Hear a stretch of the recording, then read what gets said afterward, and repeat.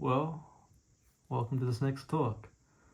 As you can see, I've grown up a bit, just a bit, and I might have shaved my head, or it might have just fell off when I was sleeping. We'll never know. But yeah, I guess I just wanted to make this talk because I've been meaning to want to properly make these videos now for a few months, and I haven't got around to it. Surprise, surprise, as I usually do.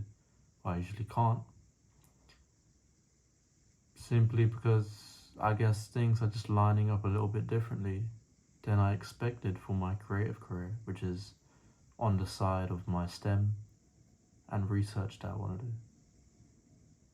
It's interesting, man. Like, if you told me 2 years ago, if you told me first when I first made the videos in my room where I'm wearing the beach shirt, where I first made the videos about religion and people always coming to me for advice, and I don't understand why the men are so like needy. And then when I'm wearing the red shirt and I'm making a video from a live, I think it's a live stream video called On Ego.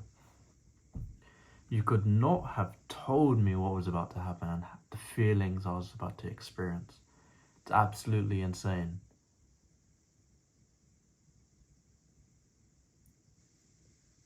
But yet, although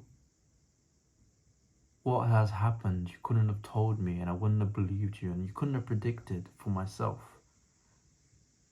It feels like I'm exactly on the path that I need to be. And I keep seeing synchronicities, like insanely subtle ones. And I'll point it out to my friends. I'm like, am I going crazy? Am I going crazy? And they'll be like, I don't know, but that's very weird. Like, because one of the synchronicities to do with a calculation, and the calculation is exactly perfect. I'm not going to go into what the calculation is, but I also asked my friend, is there a theorem which shows that these numbers always present themselves like that? Or is it just with these exact numbers and these multipliers? And he said, yeah, there is no theorem. It's just these numbers, they somehow line up perfectly. It's weird. And it's like, I'm not a single...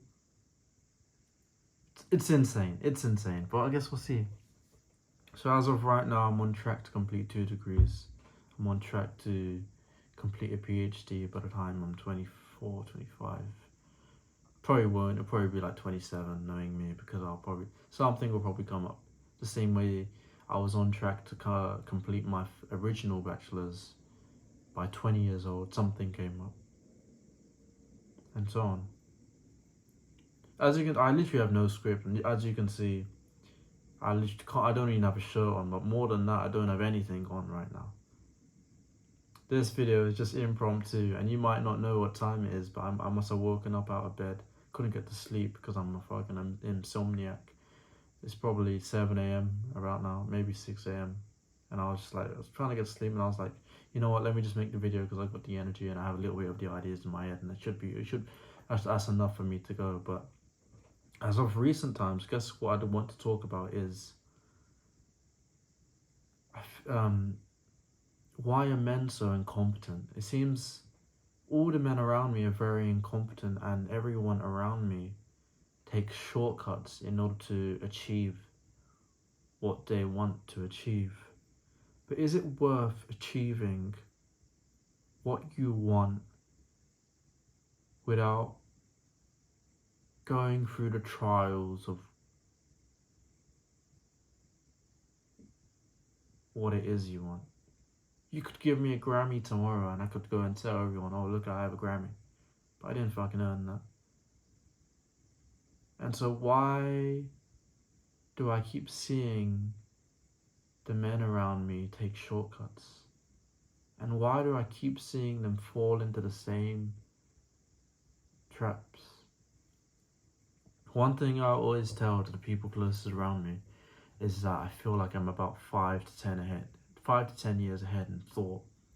And that I always see that now I am 21 years old, I see everyone is acting the same way I was when I was 16, when they are 21.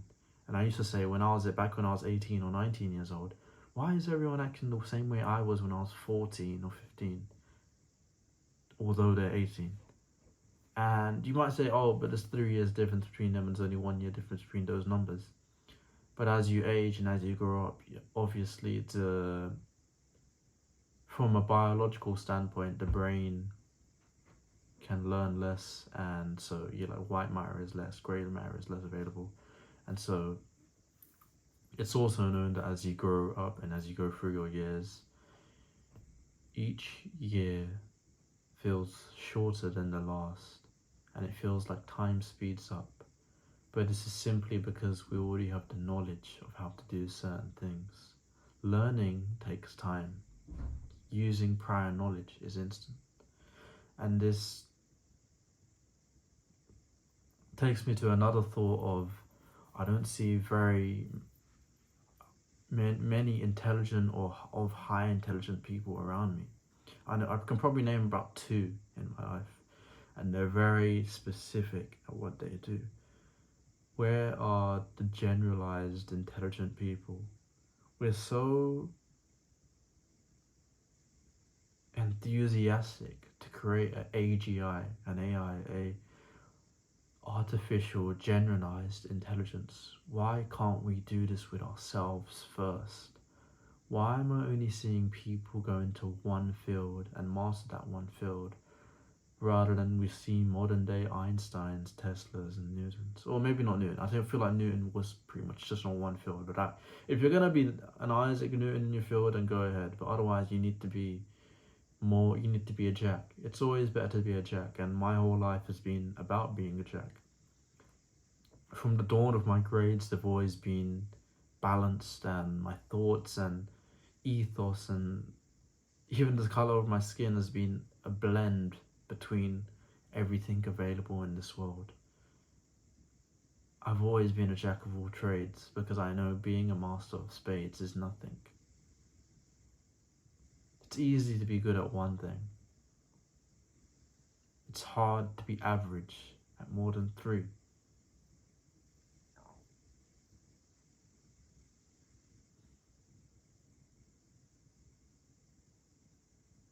But on the topic of men, I just wonder also, do I fall into the fallacy of hypocrisy where I simply see these things in other people and don't consciously recognize the exact same happenings in myself?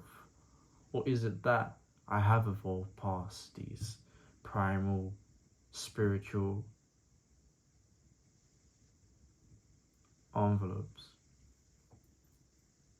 I also find that people who take shortcuts are narcissists or become narcissists, because what a narcissist is, in essence, is I have things which I don't deserve. That is what a narcissist is, and then they use those things to leverage themselves when they don't deserve any of them.